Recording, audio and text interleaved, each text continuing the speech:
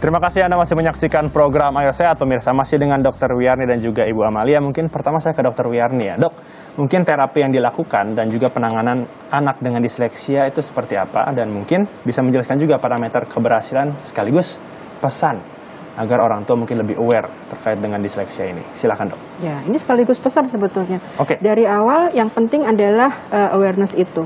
Jadi bagaimana orang tua, orang yang terdekat dengan anak mengenali apakah anak ini ada kendala untuk menguasai keterampilan berbahasa. Baik itu bahasa lisan, bahasa tulisan, ataupun bahasa sosial. Bagaimana kita menanggapi orang lain.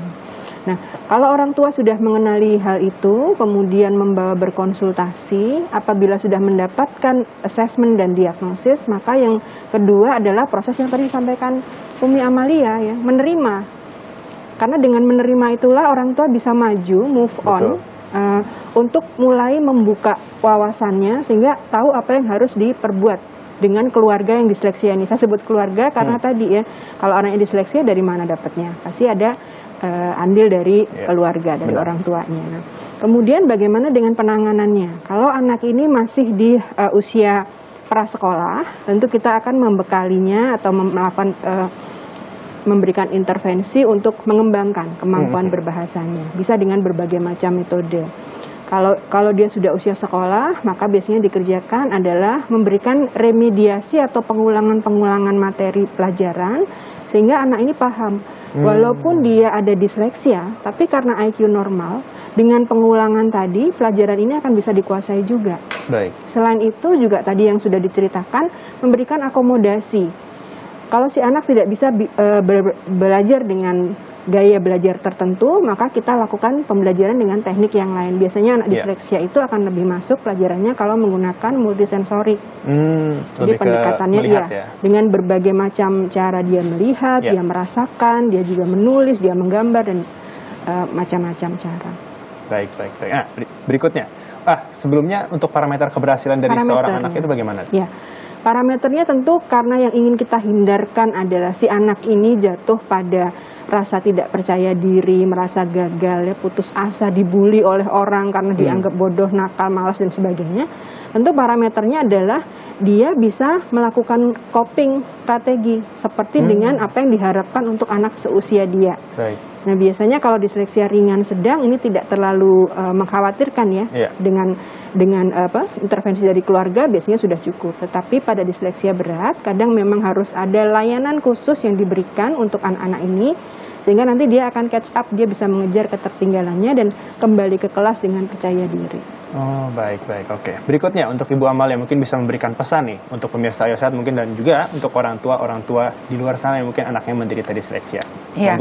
Saya menggarisbawahi tadi yang sudah disampaikan oleh Dr. Win, bahwa sebagai orang tua yang pertama adalah mengidentifikasi apa yang terjadi pada anak tersebut, kemudian ke tenaga profesional. Itu penting sekali. Jadi SWA analisis itu sudah nggak boleh gitu ya, apalagi kata temanku itu seringkali menjerumuskan orang tua. Nah, setelah mendapatkan assessment dan ditegakkan kalau memang betul anak ini menyandang disleksi, maka pengkayaan diri menjadi sangat penting gitu. Dan ada 3 hal yang tadi saya garis bawahi karena itu saya sudah melakukannya kepada kedua anak saya. Kebetulan saya juga disleksik. Jadi yang pertama adalah tadi kita melakukan assessment dengan benar, kemudian remediasi gitu ya. Jadi mengulangan setiap dia pulang sekolah, kita sempatkan waktu untuk mengulang gitu.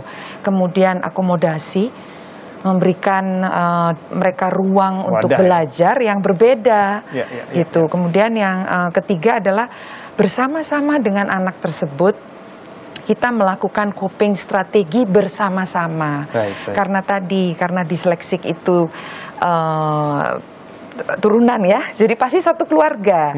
Sehingga enak sekali kalau kita akhirnya bekerja sama, jadi akhirnya seru-seruan aja gitu. Betul, Karena betul. lucu, keluarga disleksi itu lucu banget gitu. Baik, Jadi baik. ketika seluruh keluarga ini sadar bahwa kami semua memang menyandang disleksik, maka nggak ada problem karena Betul. lucu-lucu aja gitu. Jadi seru ya, berarti, Seru, Bu, ya? jadi akan terjadi keseruan Baik, gitu. Karena masing-masing bekerja sama untuk melakukan coping strategi bersama-sama gitu. Oke, baik, baik, Jadi baik. infrastruktur itu menjadi sangat penting, kerjasama, teamwork itu sangat penting. Itu nomor satu berarti Ibu Amalia. Betul, Baik, betul. baik, baik. Terima kasih Ibu Amalia dan Iya. juga untuk dokter untuk semua informasi dan semoga ini bisa bermanfaat untuk pemirsa sehat dan jangan ragu ya dok ya dan juga Iya. Ibu Amalia untuk bisa datang ke profesional dan juga mencari komunitas ya. Betul. Baik, betul. baik. Usai sudah pemirsa, untuk 30 menit saya dan juga Ibu Amalia dan juga Dr. Wiyarni menemani Anda di program Ayo Sehat edisi kali ini. Tetap saksikan program Ayo Sehat setiap hari Senin hingga hari Jumat pukul 10.30 waktu Indonesia bagian Barat hanya di Kompas TV, independen, terpercaya. Kami pamit undur diri. Ingat, tetap patuhi protokol kesehatan, jaga jarak, mencuci tangan, dan juga menggunakan masker. Sampai jumpa.